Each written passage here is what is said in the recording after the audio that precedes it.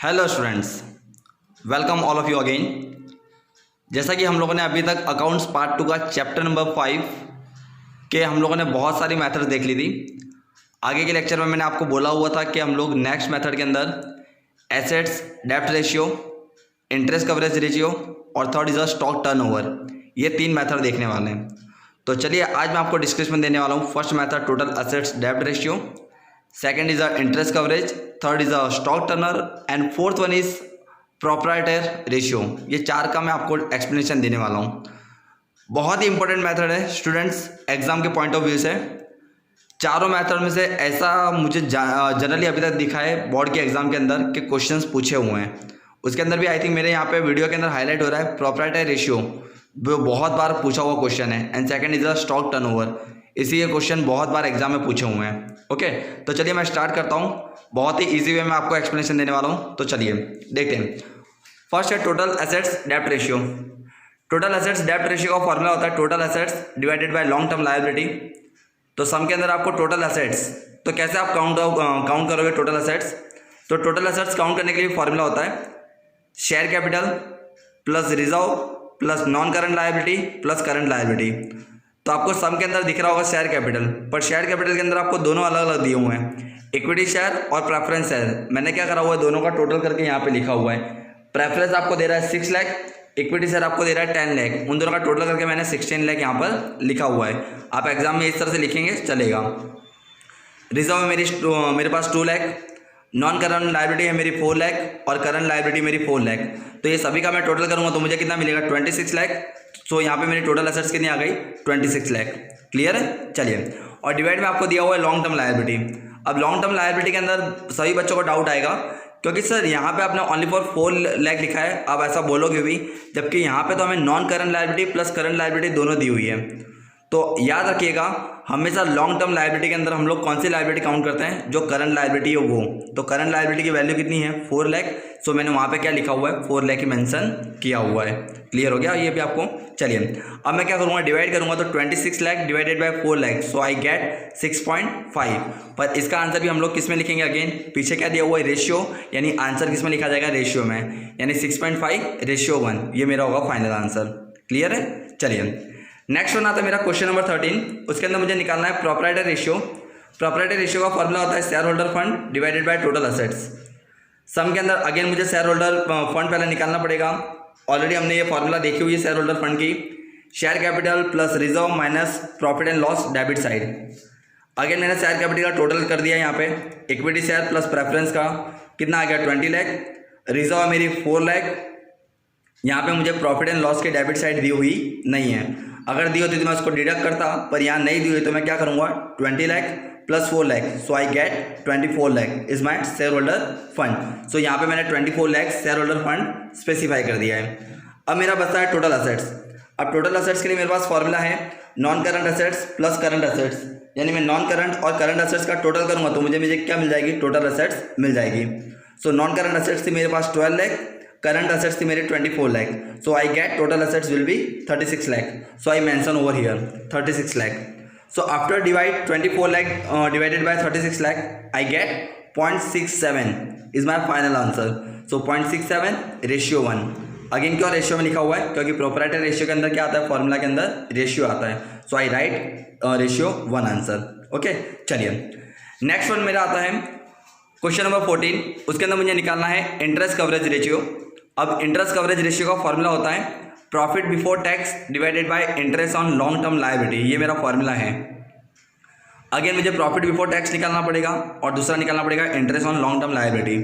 तो मैंने पहले क्या करा हुआ है, interest on long term liability निकाल दी है।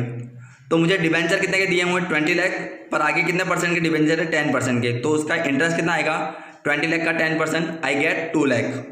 इसी तरह से लोन के ऊपर आपको कितने रुपीज़ की लोन दी हुई है, आपको यहाँ पे दिखाई दे रही है 12% में मुझे लोन काउंट करना है, और आपकी टोटल लोन कितनी है 10 लाख की है। तो आप 10 लाख का जब 12% करेंगे तो आपको कितना मिलेगा 1,20,000। So I get the total amount will be 2 lakh plus 1,20,000 will be 3,20,000। So interest on long term liability will be 3,20,000। Okay, चलिए फिर प्रॉफिट बिफोर टैक्स का फॉर्मूला आता है profit after tax plus tax paid plus interest on long term liability. So profit after tax कितना था मेरा? Profit after tax आपको देखिए क्वेश्चन के अंदर ऑलरेडी दिया हुआ है 7,50,000। आपने कितना टैक्स पेड करा है? 2,50,000 आपने टैक्स पे करा हुआ है, वो भी दिया हुआ है। Plus interest on long term liability मेरा कितना आया था? 3,20,000। सो 7,50,000 plus 2,50,000 plus 3,20,000, so I gate 13,20,000। सो मुझे interest on long term liability भी मिल गया और मुझे प्रॉफिट बिफोर टैक्स भी मिल गया। सो यहाँ पे मैं प्रॉफिट बिफोर टैक्स कितना मेंशन करूँगा? 13,20,000 और मेरा interest on long term liability कितना है? 3,20,000। जैसे मैं इसको डिवाइड करूँगा so my final answer will be 4.13 और इसका आंसर आपको लिखना है किसमें? टाइम्स में। याद रखिएगा आप लोग, भले यहाँ पे इंटरेस्ट कवरेज रेशियो दिया हुआ है पीछे, पर इसका आंसर आपको ऑलवेज टाइम्स में लिखा जाता है, क्योंकि ऑलवेज हम लोग यहाँ पे क्या करते हैं? इंटरेस्ट को काउंट करते हैं, यानी कितने समय तक हमें ये इंटरेस्ट पे करना होगा। सो यहाँ पे आंसर किस में मेंशन किया जाता है? टाइम्स में। ये आप याद रखिएगा। ओके, चलिए नेक्स्ट वन आता है मेरा। क्वेश्चन नंबर 15 है मेरा, स्टॉक टर्नओवर। बहुत ही इंपॉर्टेंट मेथड मेरे पॉइंट ऑफ व्यू से। स्टॉक टर्नओवर का फॉर्मूला होता है cost of goods sold divided by average stock.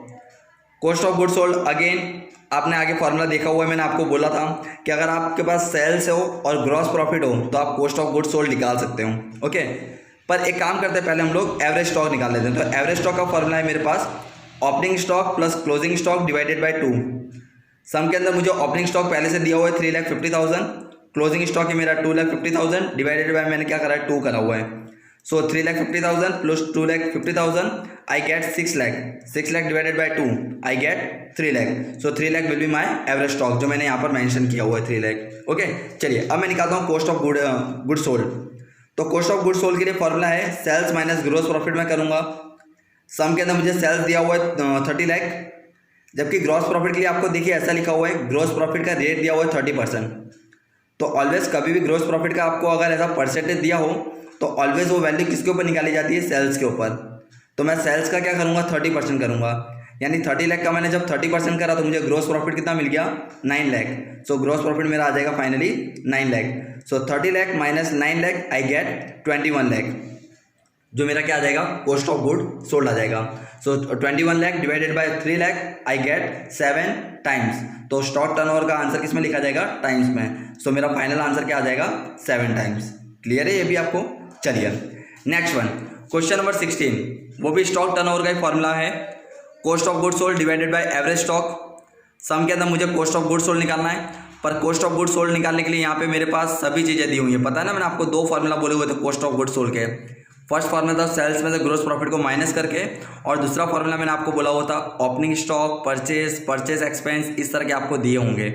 तो देखिए आपको ओपनिंग स्टॉक दिया हुआ है 2 लाख, परचेज है आपके पास 22 लाख, परचेज एक्सपेंस आपके पास 1 लाख, और 2,50,000 में अमाउंट लेकर आया हूँ वेजिस की, जो हर एक बच्चों ने, आई थिंक मैंने भी अभी तक बोर्ड के अंदर जब पेपर्स देखे थे तो बच्चे बहुत गलती करते थे वहाँ पे, ये 2,50,000 लिखना भूल जाते थे, क्योंकि वो वेजिस दिया हुआ है। और वेजिस आपको मालूम होगा हम लोग ट्रेडिंग के डेबिट साइड में लिखते थे, इसलिए वेजिस भी क्या माना जाता है? परचेस का ही एक्सपेंस होता है वो। सो मैंने वेजिस को भी क्या करा है? प्लस करा हुआ है 2,50,000, और उसमें क्लोजिंग स्टॉक के 1,50,000 मैं क्या करूँगा? माइनस करूँगा। So 2 lakh plus 22 lakh plus 1 lakh plus 2,50,000 minus 1,50,000 I get a final value will be 26 lakh. So मेरा कॉस्ट ऑफ गुड सोल्ड कितना आ जाएगा? 26 लाख आ जाएगा। और एवरेज स्टॉक का तो फॉर्मूला मैंने आपको बेसिकली बोला हुआ है opening stock plus closing stock divided by 2।